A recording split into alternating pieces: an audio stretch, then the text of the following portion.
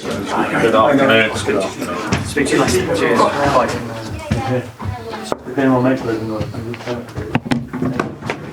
Thank you, sir.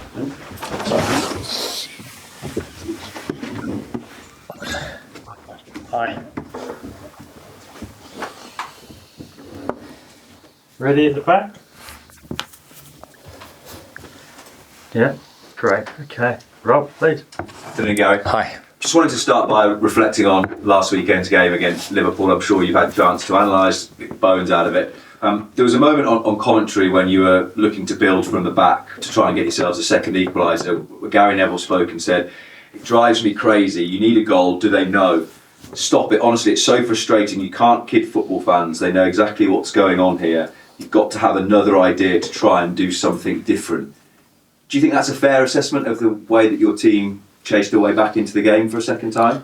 I think it was a good assessment of that one phase, but that was all. You know, I was equally as frustrated as Gary that we recycled the ball so many times with, I think it was only 6 minutes left or something. So, the players always have decisions to make around how direct we're going to be and understanding game state. And in that phase, we were too patient. But then equally later in that phase, we do get through in that phase. We get Tommy Doyle out, and then we arrive in the final third, and then we're not patient enough once we get there. So, there's no sort of one size fits all, and we're losing. Let's just get it to the front as quickly as we can. And Van Dijk and Konate will be fairly well equipped to deal with anything just booted up the pitch. So of course we need to show urgency, and we need to find a way to get ourselves back into the game. And that one phase was too patient. I'm guessing that's the phase that I haven't watched the commentary, so I've only watched the game. But then we do get into the final third, and I think it's João Gomez tries to force the ball through to Chani when you'd be much better being more patient, getting the ball wide, getting crosses in the box. So spoken to the players a lot around game management over the last few weeks, around what it looks like when you're in front, because we've had some issues there, and then what it looks like when we're chasing, albeit against Liverpool and a good side, a tough team to chase against. So I think the general feeling from people that know football should be that last weekend was a fantastic effort against the top side that have won all but one of their matches this season, and now are equipped with world-class players from 1 to 20. And we gave them a real tough go. Speaking to them after the game, speaking to their coaches, it was a real tough go for them. They were pleased to get out of there and feel like they sort of scraped away with an important victory, but were well tested by us on the day. There's a lot of discussion about styles of play and how teams go about things. From your perspective, do you see it more as tweaks of plan A rather than having a plan A and then a plan B that looks totally different? Yeah, we never move too far away from what we want to be, but we do always understand that, especially with Jurgen on the pitch, that we have good opportunities to be direct, and we're never afraid to do so. Against Newcastle, we had some real good phases from going long into Jurgen. So, I think if you look at the stats and the numbers, my teams aren't ones that spend ages in build-up, but it is important that we are able to build up against Aston Villa. The fact that we weren't able to build up against high pressure meant that we just kept losing the ball and we were under constant threat. So the Premier League tests you at everything, pretty much. So I work really hard with them on trying to be able to do it all. And then, obviously, understanding which bit is needed in which situation. And Gary was right at that spell. We should have been a little bit more progressive, quicker. I guess there's also always a risk of losing players if you say, well, 1 week we're going to do it like this and the next week we're going to do it like that, and you would prefer the group to know your identity as a coach right the way through. The players have an excellent understanding of what it looks like, which is why we've managed to perform to a high level against some tough opposition in the first few weeks of the season. Of course, we've not managed to turn enough of them into results, but we've given ourselves an opportunity in every game. Obviously, less of the game against Chelsea because we were blown away in that early part of the second half, but every other game we've given ourselves a real opportunity against sides very high up the league, which is where we want to get to. We want to be able to compete with those teams. We want to be able to play our way against them. There's been no sort of stepping off and changing and moving away from what we are. We've tried to be ourselves, and we're not afraid to do that. So we go to Brentford tomorrow. We look to play our way. We look to be as progressive as we can. Understand what it's going to need, and an opportunity for us tomorrow to get our first win. Given that you're still looking for your first win, obviously you've played a lot of very good teams already. When you speak to the players in a week like this, is there a danger for you to not put too much pressure on this match and say, well, we have to win this one? We've got Man City next, we've not won yet. That it becomes, you almost make it too big. Yeah, no, it's definitely not that. It's not that. So it's a 38 game race, and I have full belief in myself and the group that we're going to end up in a good spot. And we know that if we play well and if we perform to our potential, that we have a good opportunity against Brentford. Brentford will feel the same about us. And that's what we do. We can only take care of ourselves and the performance gives yourself an opportunity to win the game. And of course, outside of here, there will be noise and people asking questions because of the run of results. But we're ready for this weekend, and then we'll be ready for the game after that, and that will continue until the end of the season. And I'm really confident in the group and what they're going to be able to produce over the full course of the season. Just a final one from me. You'll have watched Brentford and done your analysis on them, I'm sure.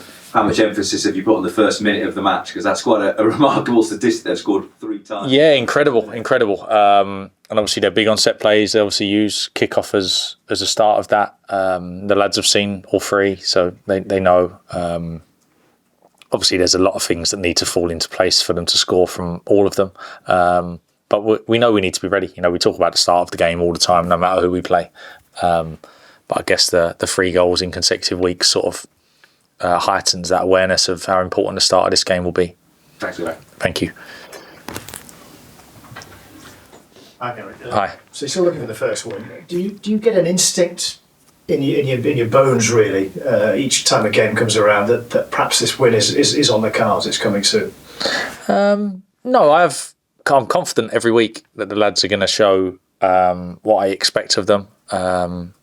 And I'm confident again this weekend that we go to Brentford and the lads are going to show what they are, show the qualities that they have. And if we keep producing that, I'm confident that we'll pick up results. So hopefully we're all desperate for it to be this weekend. But as my answer to the previous question around overhyping the games doesn't do anyone any good to make this a must win, or there's none of that. It's a game that we need to prepare for and that we need to take care of ourselves in.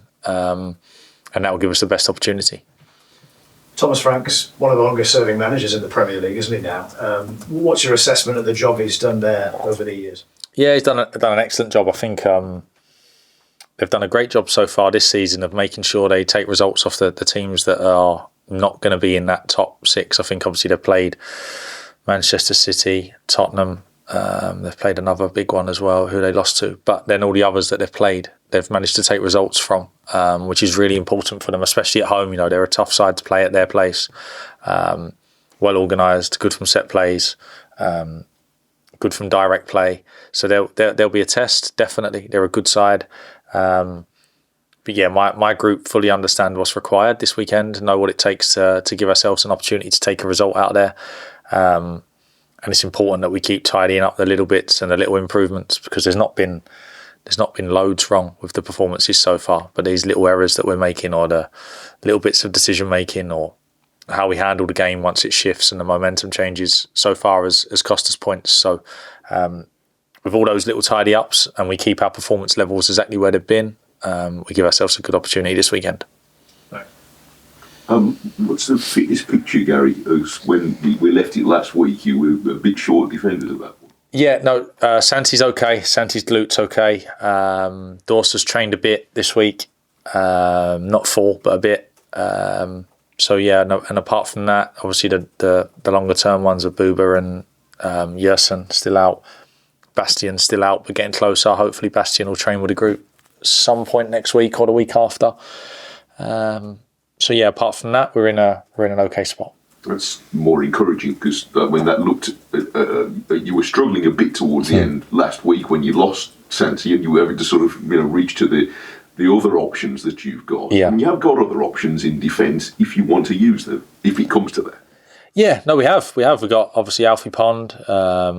We could use some of the fullbacks as a centre back. Mario could drop down there.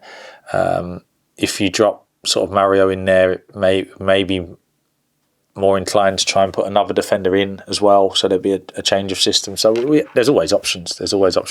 Of course, ideally, I'd rather have square pegs in square holes, and that we should be okay with that this weekend.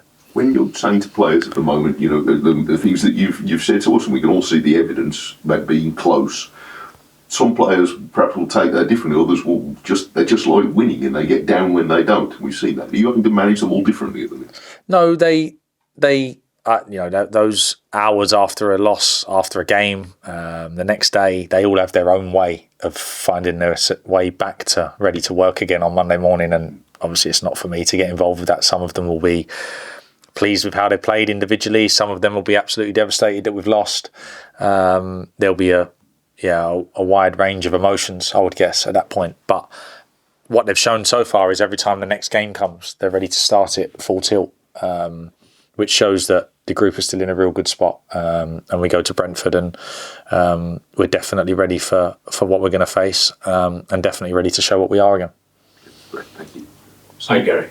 Hi. Coming onto the Liverpool game, obviously you got yourself back into it again, to a position where you're holding a result. And then obviously give away the penalty. Is there some sort of like vulnerability there where when you're holding a result that the players might think mentally that, you know, they need to hold on to it too much, and, you know? No, we went charging after the ball, so the lads were just thinking about winning at that point, which was the error, not the fact that they were trying to hold. So we should have reverted back to game plan as quickly as possible after the sort of the joy of scoring. We should have reverted back to game plan and understood why we were in the game and why we were doing so well in the game. And we lost that for a small moment, and were punished. But then still found a way from there to fight and keep going. But it does show you how sort of fine the margins and how small the mistakes can be that cost you, especially against teams like Liverpool. Obviously, as well, Mbuemo has been firing as well. Has there been a particular focus on him in training leading up to it? No, difficult really, because he's been moved around quite a bit. They've got some injury issues, haven't they? And they've not sure who's going to be available. So obviously he's been used as a 9. He's been used off the side. So we know what a threat he can be, and we know his individual ability. But to know exactly where he's going to be and who's going to be up against him is difficult at the moment. So no, more of a, as always, a real group team focus on how we get the better of Brentford, rather than too much on individuals versus individuals. Right, that's it for broadcast then. And